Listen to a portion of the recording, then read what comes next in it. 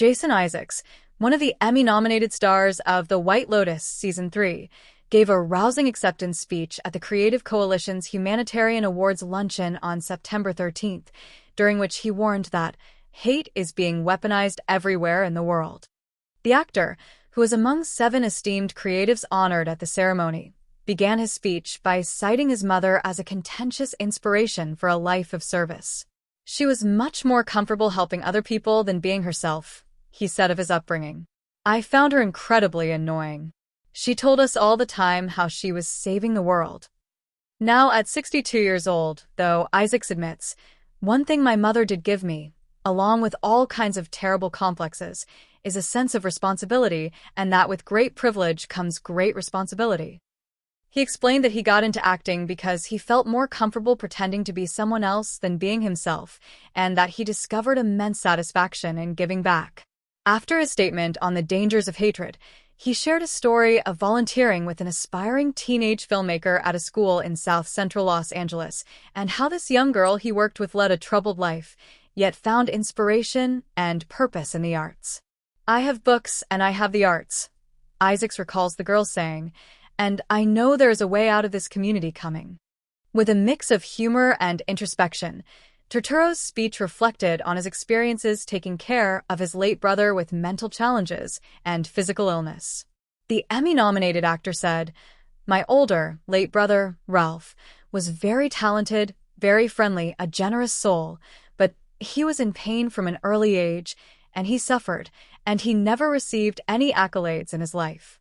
But the one thing he did was he taught me the value of perseverance in the face of extreme difficulty, and for this, I am eternally indebted to him."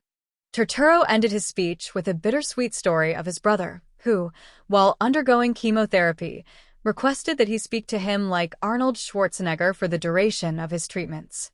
"I did that for 12 minutes straight, for over 12 treatments, which is not easy," Turturro remembered before showcasing his spot-on imitation of the Austrian actor. Marshall talked about the importance of role models in her life, paying tribute to her mother. She said, "At the age of 12, my family lost everything and we were homeless, and I lived in those neighborhoods that most of you wouldn't walk through, but what my mom did for me is she gave me the audacity to believe that I was entitled to equality. She encouraged others to stand in power and use that power to lift each other up."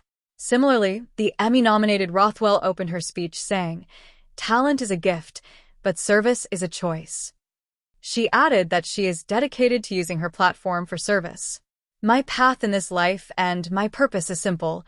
It's to use my platform to center marginalized voices in front of and behind the camera, to shine a light on the issues facing those communities, whether it's mentoring emerging storytellers or supporting arts education, or using my platform to share my own relationship to anxiety, depression, and ADHD, which is a triple threat," she said.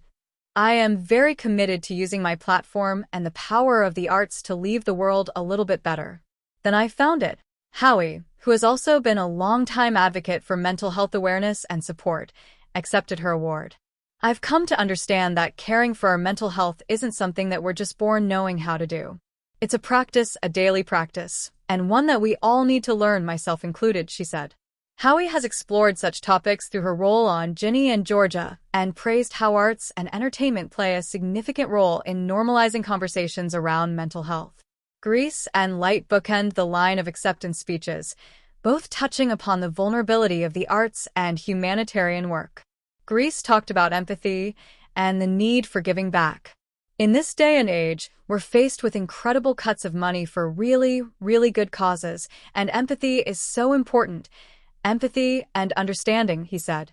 Meanwhile, Light stated, "The world we thought we knew, the one we believed that we would continue to grow and live in and pass on to our children and pass on to our young people, is no longer the world that we have worked so long and so hard to sustain."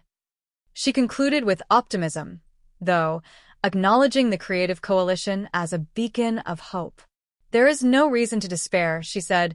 "This group here and the supporters of the Creative Coalition, this magnificent, magical group, sends out not only a warning, but also reverberates, resonates, and resounds with the knowledge that we are all one, and that there is actually something that we can do about the things that are happening now."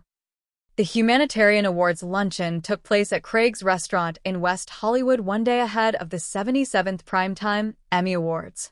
Michael Chiklis, Michelle Chiklis, and Eden Alpert co-chaired the event while Variety's senior culture and events editor Mark Malkin hosted. The message resonated with the Creative Coalition's mission of protecting and supporting the arts. This year's Humanitarian Awards theme was caregiving, and each honoree shared stories from and perspectives on their relationships to the topic. Alongside Isaacs, the other honorees were his White Lotus co-stars John Grease and Natasha Rothwell, Severance star John Arturo, Ginny and Georgia star Brian Howie, Matlock star Sky P, Marshall and Poker Face star Judith Light.